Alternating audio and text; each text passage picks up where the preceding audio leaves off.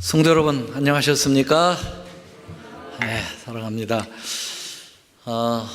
특창을 보니까 오진수 장로님 반이라고 했는데 오진수 장로님은 어디 가셨습니까?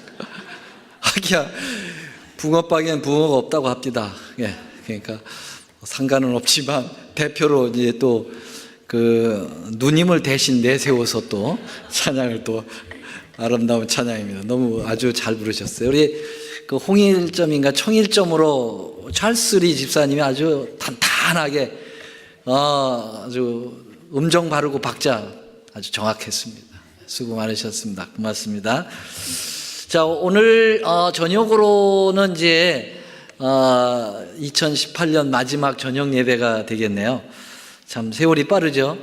유수와 같다고 하고 화를 떠난 시위를 떠난 살과 같다, 그런 표현도 하죠. 정말 빨리 지나가는 것 같습니다. 한 해 동안 이 금요 저녁 예배를 사랑하셨고 또 열심히 참석하셨던 여러분들 감사드리고요. 특별히 이 금요 저녁 예배에는 우리가 성령 하나님을 공부하는 일에 주력을 했습니다. 아직도 성령 하나님에 대한 그 갈 길은 멉니다. 그분의 그 인도하심이 또 그분의 사역의 다양성, 이런 부분들이 굉장히 많기 때문에 우리는 내년도로 이제 연결해서도 계속해서 말씀을 드리라고 생각합니다. 자, 오늘 말씀의 제목은 좀 제가 생소한 제목을 좀 정했는데요. 침노의 성령, 그렇게 좀 정해봤습니다. 침노라는 말이 좀 생소하죠? 성경에 침노라는 말이 나옵니까? 나오죠? 침입한다라는 뜻인데 이게 상당히 강력한 어떤 역동성을 얘기하는 단어죠.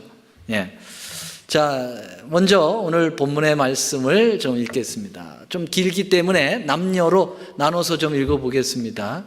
레디 퍼스트, 여성분들이 홀수절, 남성분들이 짝수절 읽겠습니다. 여성분들 시작.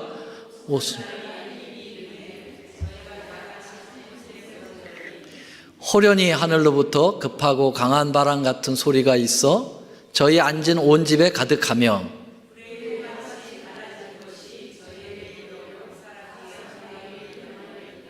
저희가 다 성령의 충만함을 받고 성령이 말하게 하심을 따라 다른 방언으로 말하기를 시작하니라.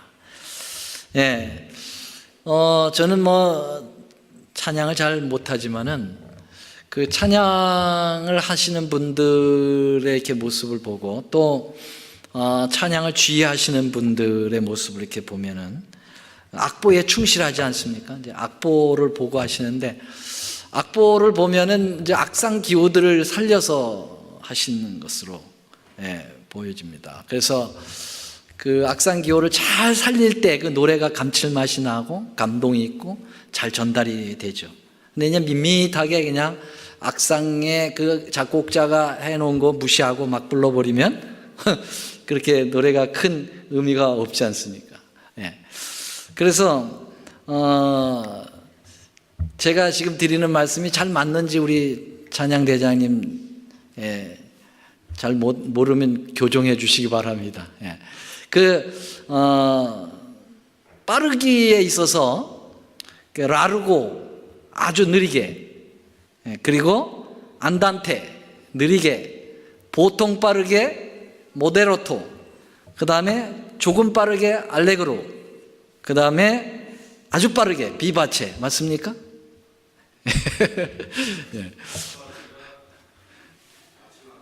그래? 여기 종류가 굉장하더라고요. 여기 보니까 잘 안 보이시겠지만 그냥 큰 것만 이렇게 좀 말씀드렸습니다. 샘여림에는 폴테, 그 다음에 더 세게는 폴테시모, 그 다음에 아주 여리게 부를 때는 피아노, 아주 여리게 할 때는 피아노시모. 맞죠? 그 다음에 악상으로 볼 때 아주 사랑스럽게 아마빌레라고 하대요.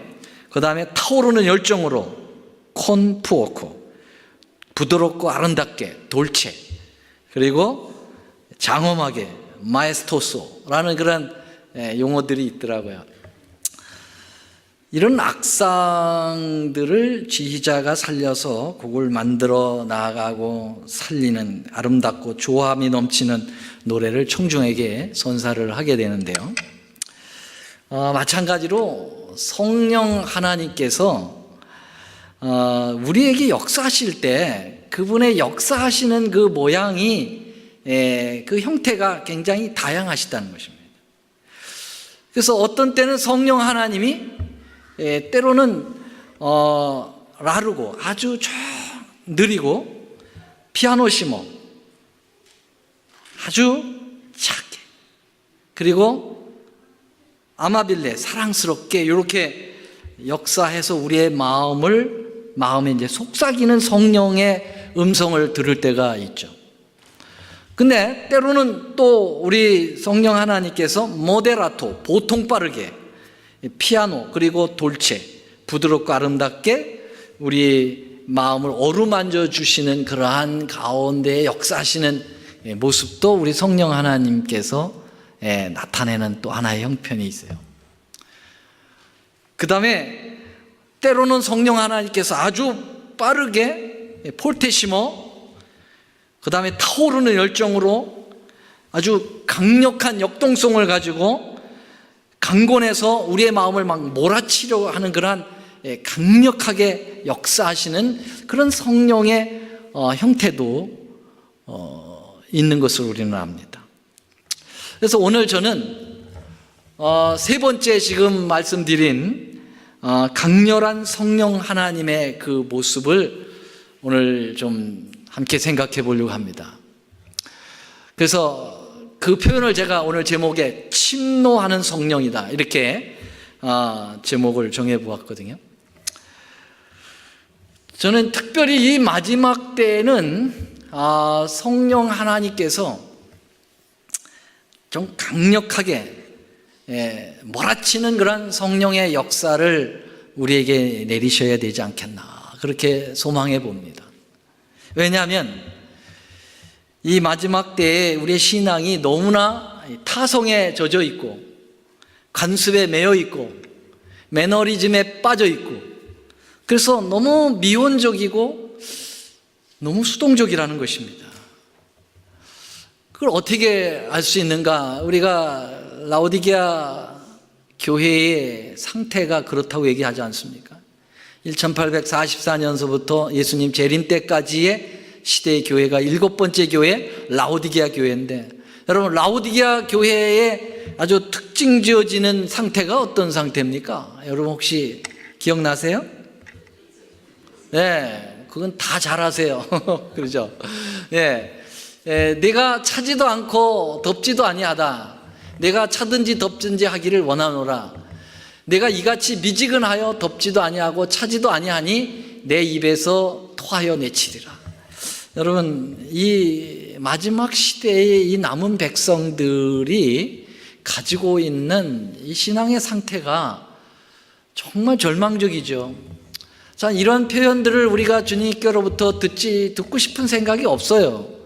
그런데 예언적으로 이 마지막 때가 이런 교회가 될 것이라고 하는 우려 섞인 주님의 예언이 나와 있어요. 근데 이 예언은 좀 성취가 안 됐으면 좋을 그런 예언인데요.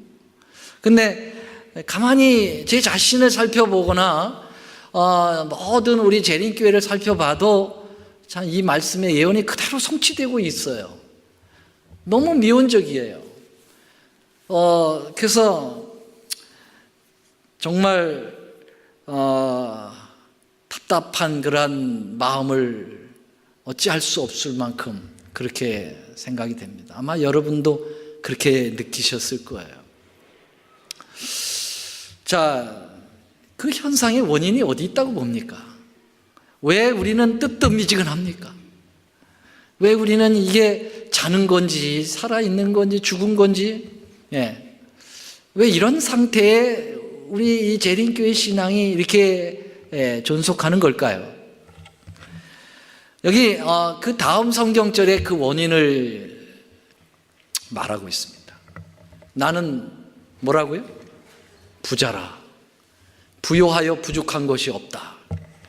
그래서 이 남원교회 제7회 안식 예수 재림교회, 이 재림교회는 스스로 부자라고 생각을 한다는 겁니다. 영적으로 부요하다. 여기에 나오는 건 무슨 돈이 많다, 뭐 그런 의미가 아니죠. 영적으로 우리는 부요하다, 진리를 가졌다, 남들이 갖지 않은 참된 진리를 가진 부유한 그런 존재다라고 자기 스스로 평가한다고 그랬어요. 그런데 하나님께서 보시기에는 가난한 것이 있어요. 가난하다. 부유한 게 아니라 실상은 가난하다, 그렇게 얘기를 했어요. 그러면 한마디로 얘기하면은 영적 교만에 빠져 있다는 것입니다.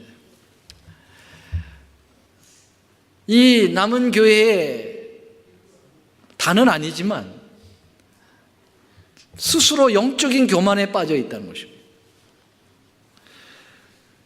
그리고 자기의 죄된 상태에 대한 분별력이 없습니다. 왜냐하면 여기 심각한 상태들이 많이 있거든요. 곤고하다, 가련하다, 가난하다, 눈이 멀었다, 벌거벗었다. 굉장히 심각합니다. 여러분, 이 상태를 바로 오늘날 우리의 영적 생활 말고 실제적 물리적으로 적용을 해보세요. 옷을 다 벗고 있어요. 그리고 장님이 돼 있어요. 그리고 가련해요. 누가 봐도 가련하죠. 그러고 다니면 여러분 정말 어떻게 다닐 수가 있겠어요? 그런데 자신의 그런 것들에 대하여 알지 못한다고 그랬어요. 알지 못한다. 그러니까는 옷을 막 빨개 벗고 막 다니는데도 나는 부자다, 나는 멋있는 옷을 입었다, 뭐 그렇게 다니면 그걸 갖다가 사람들은 뭐라고 그러냐면은 크레이지라고 그래요. 미쳤다, 그렇게. 그래서 라오디게아 교회의 특성은 뭐냐면 미친병이에요, 한마디로 하면. 뻘거벗고 다니는데도 아주 멋있는 옷을 입고 다닌다고 생각하고 아주 가련한데도 가난한데도 부자라고 착각을 계속하고 다니면 그걸 제정신이 아니라고 볼 수가 있겠죠. 자, 이렇게 되니까는 결국은 뭐냐면은 영적 불감증에 걸린 거죠. 한마디로 얘기하면 영적 불감증입니다. 우리가 이 부분을 질병으로 따진다고 하면은 어떤 질병에 걸려 있다고 생각하십니까, 여러분? 이게 바늘로 찔러도 아프지 않는 병이 무슨 병인지 아세요? 네? 네, 문둥병. 또요. 문둥병은 너무너무 무섭고요. 문둥병 말고 우리들이 흔히 많이 걸린 것을 한번 비유를 들어보세요. 네?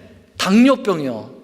당뇨병, 증증 당뇨병은요, 이 말초신경까지 이게 당이 많아가지고 피가 제대로 안 도니까 신경이 마비돼 버려가지고, 그래서 이 바늘로 찔러도 아프지를 않는다고 그러죠.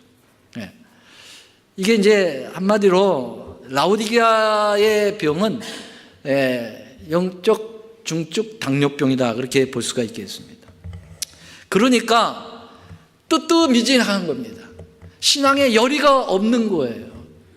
있는지 없는지도 모르는 그런 상태죠.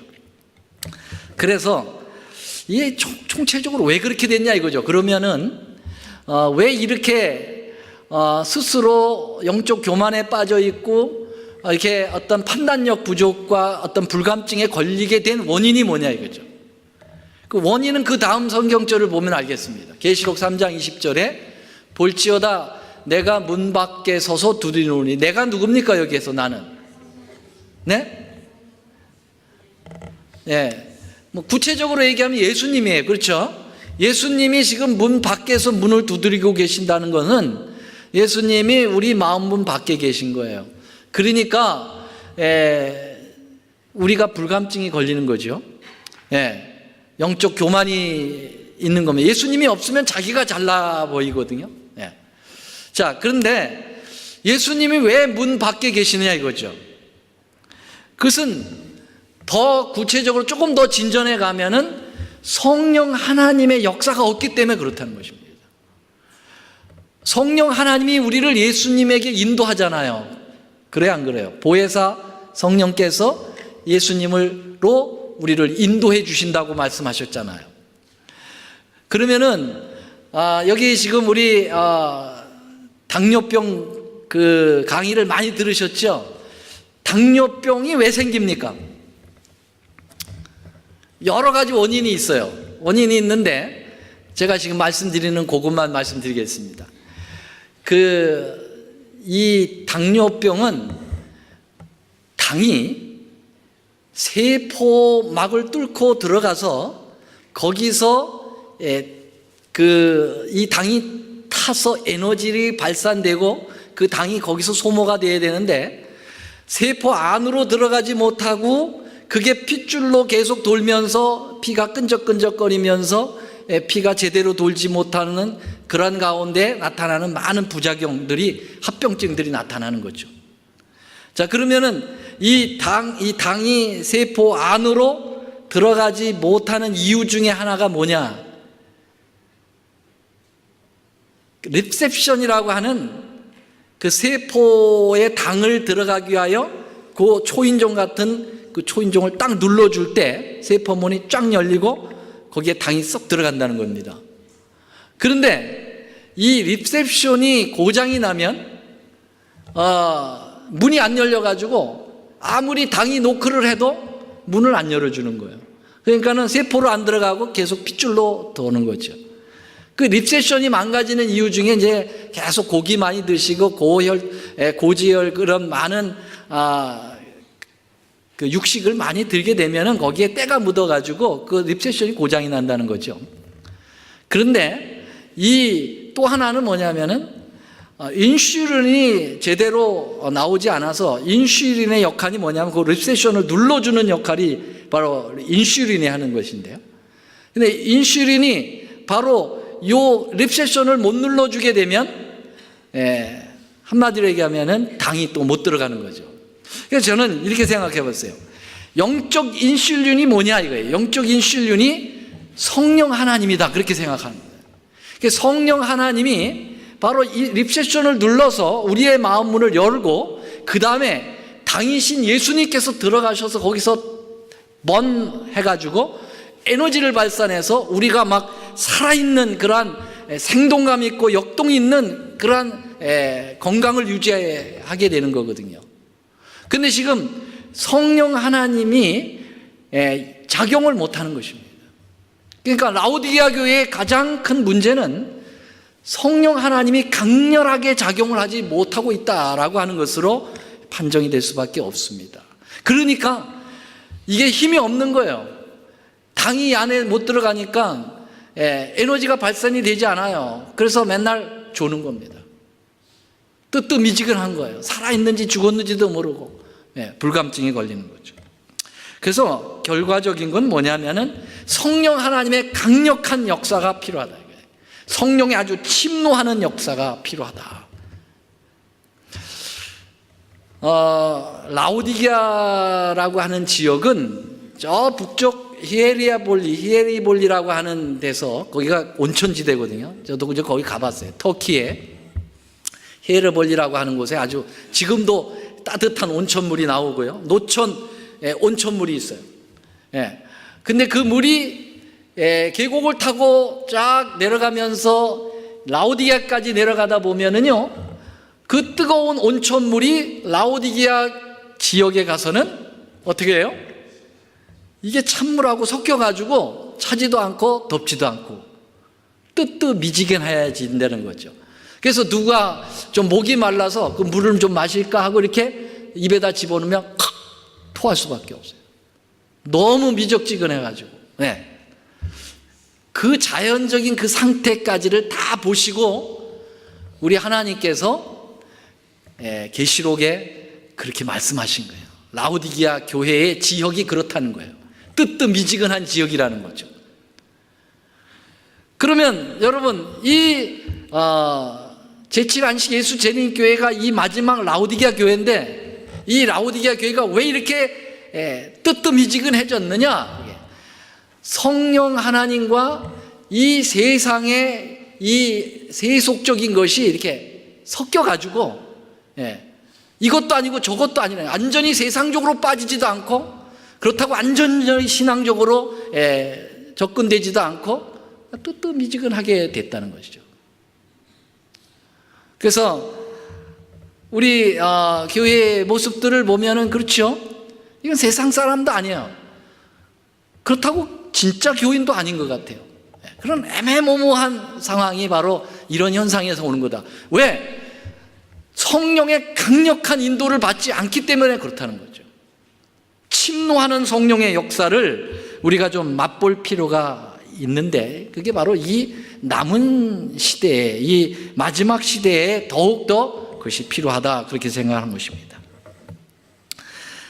여러분, 구약 성경서부터 우리 성령 하나님의 이 강렬한 그 역사가 우리에게 이제 묘사되고 있는 부분이 많아요. 제가 성경절 하나를 소개하겠습니다. 이사야 40장 7절로 11절입니다.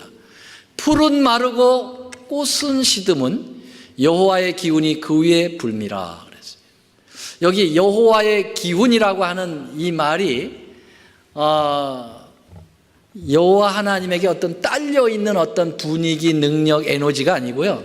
이건 아주 개별적인 퍼스널리티가 있는 한 존재입니다. 다시 말하면 이것을 원어로 얘기하면은 루아흐 여호와, 그렇게 돼 있어요. 루아흐라고 하는 것은 성령 하나님을 구약 성경에서 표현할 때 루아흐로 아주 많이 사용되었습니다. 그래서 하나님의 신이 수면에 운행하시니라. 태초에 땅이 혼돈하고 공허하며 흑암이 깊음 위에 있을 때 하나님의 신이 수면에 운행하시라 할 때 그 하나님의 신이 루아흐로 되어 있다는 거죠. 근데 여기 이사야 40장의 7절에 여호와의 기운이 바로 이 성령 하나님의 역사를 이야기하는 겁니다. 근데 이 성령 하나님의 역사를 보세요.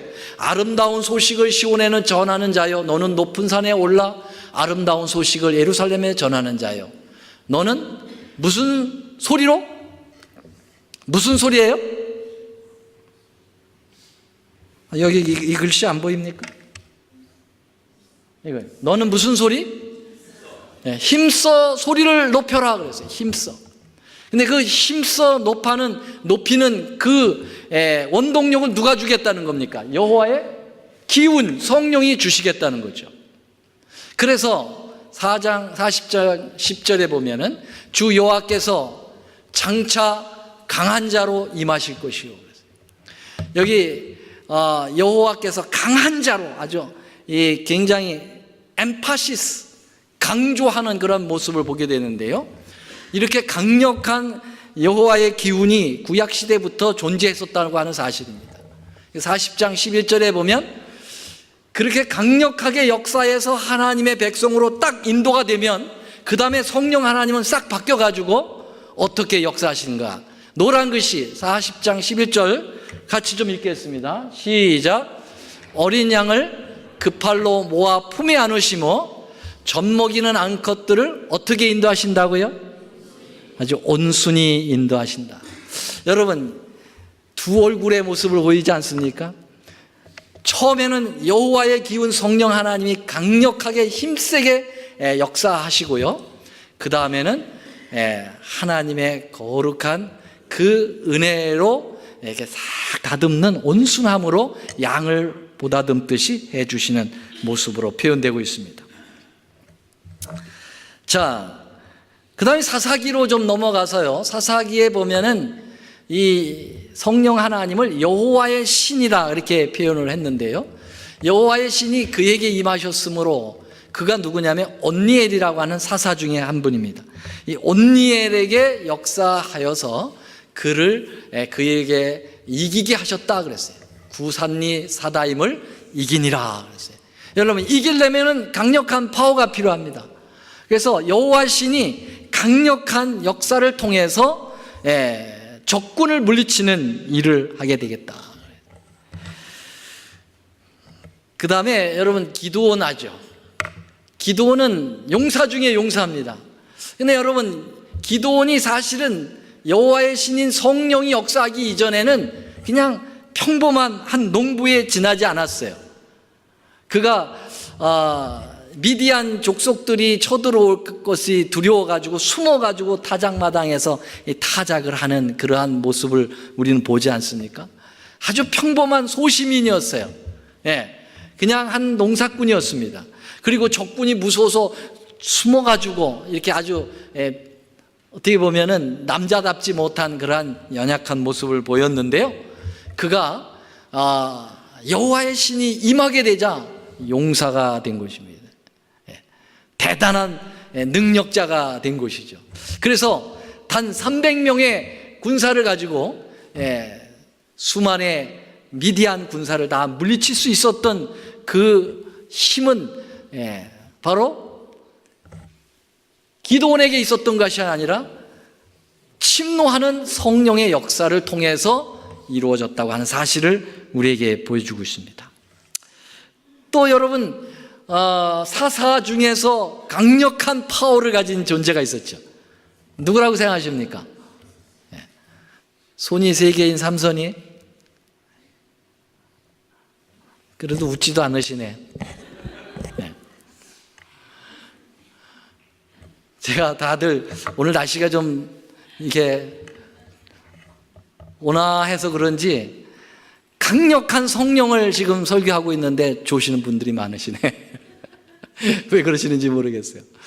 자, 사사기 14장 6절에 보면은 삼손이 성령의 강력한 역사를 경험하고 있는데요. 그게 바로 여호와의 신, 성령이 역사하기 때문에 그렇습니다. 자, 14장 6절 한번 같이 읽어보겠습니다. 시작. 삼손이 여호와의 신에게 크게 감동되어 손에 아무것도 없어도 그 사자를 염소 새끼를 찢음같이 찢었으니 그는 행한 일을 부모에게도 고하지 아니하였고.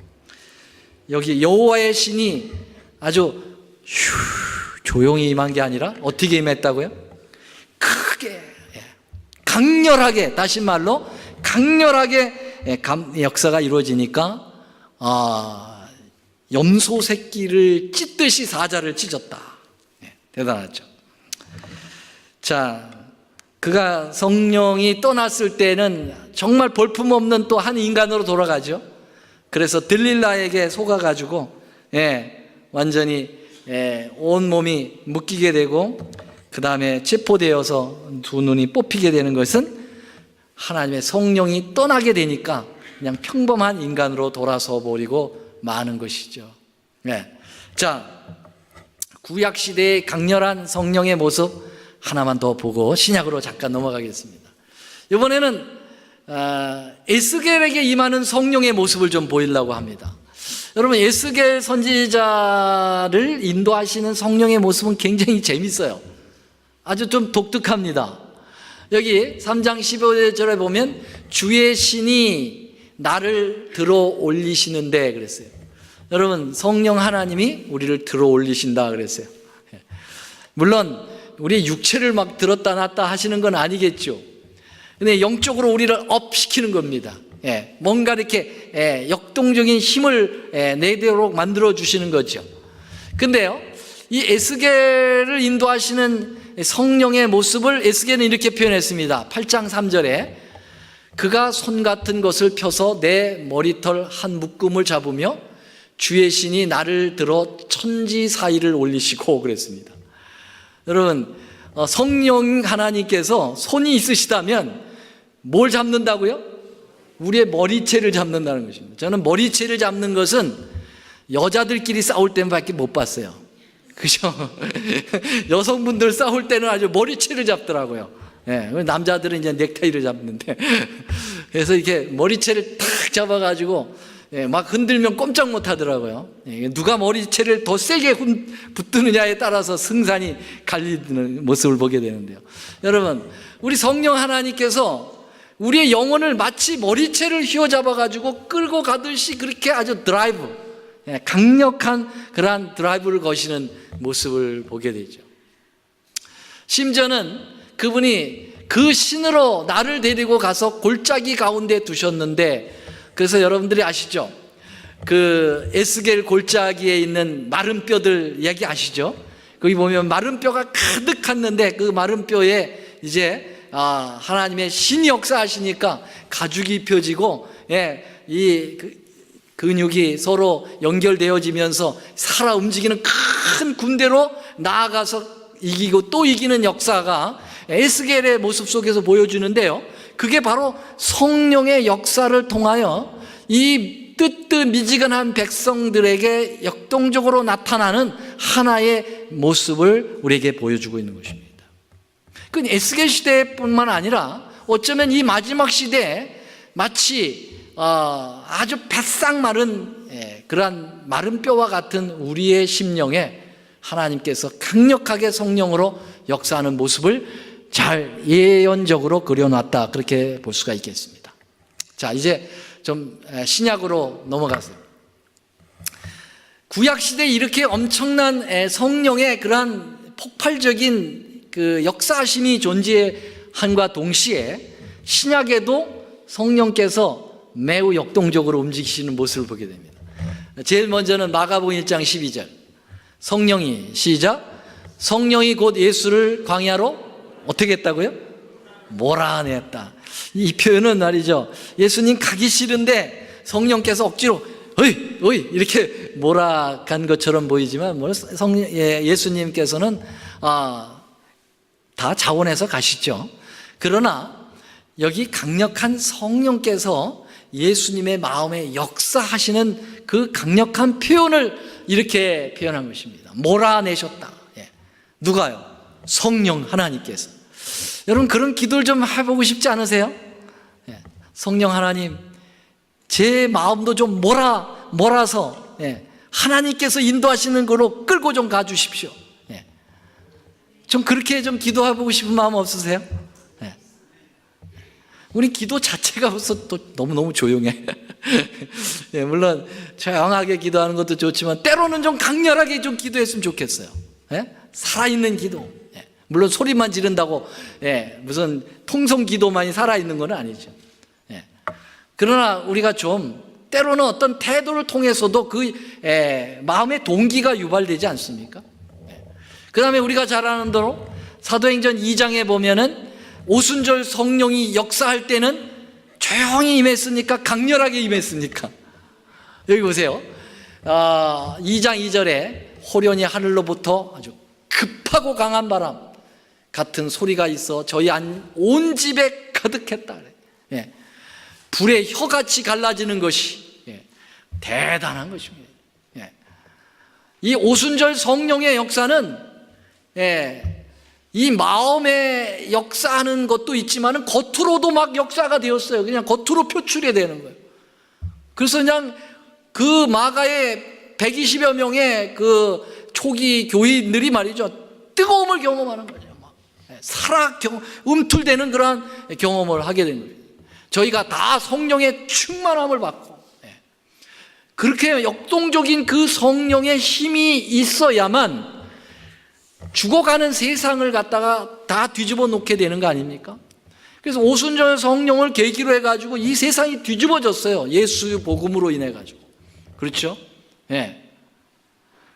만약에 그때 그런 막강한 성령의 역사가 없었다면 그 힘을 가지고 나가다가 아마 예루살렘 고 사마리아 지경도 넘지 못해서 힘이 빠졌을 거예요.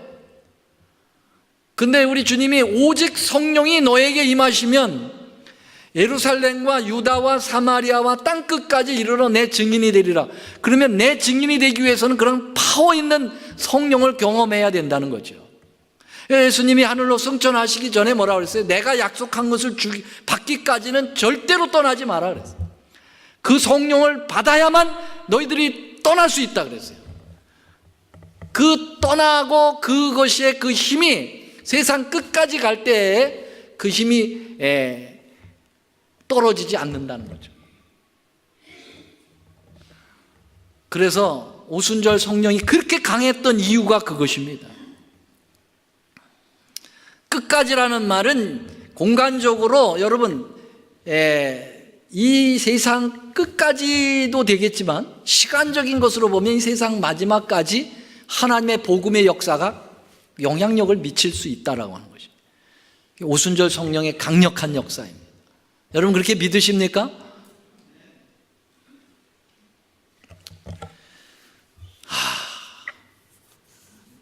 우리는 응답부터 벌써 힘이 없어요. 힘이 없어요. 왜 이렇게 됐는지 저도 모르겠어요. 왜 이렇게 힘이 없는지. 자, 마지막으로 성령의 마지막 폭발 또 한번 일으킬 때가 있죠. 그게 뭐죠? 그게 뭡니까? 늦은 비 성령이 마지막 강력한 폭발의 능력으로 이 세상이 맞춰지게 될 것입니다. 여러분 믿으십니까? 여러분 이 세상에 복음을 마치려면 또 한 번 마지막 힘을 써야 돼요. 여러분 씨름할 때 어떻습니까? 확 서로 밀고 당기고 그러다가 마지막 힘을 탁 줘가지고 넘어뜨리는 거 해보셨나요? 찰스 집사님 해보셨어요? 안 해보셨어요?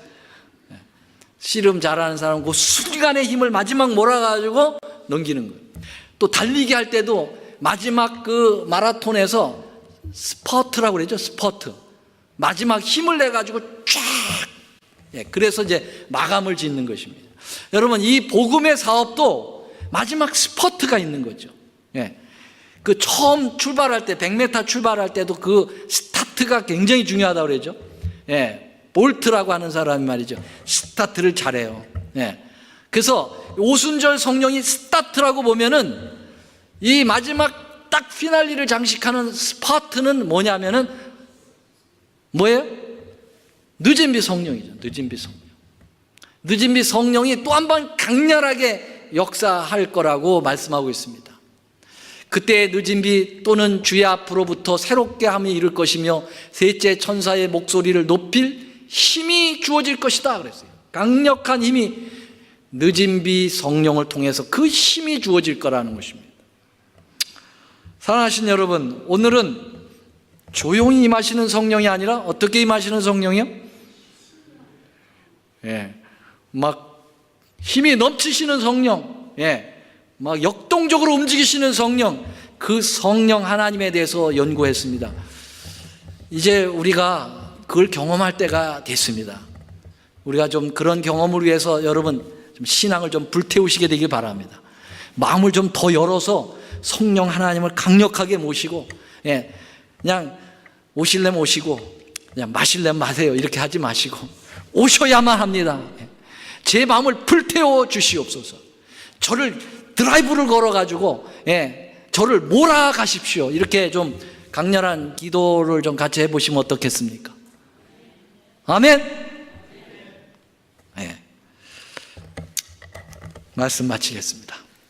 사랑의 주님이시여, 이 마지막 때가 되면 될수록 사단은 우리에게 마취제를 뿌려서 영적으로 잠들게 하고 있습니다. 우리의 신앙이 차지도 않고 덥지도 않아서 토해내고 싶다고 주님은 토로하십니다.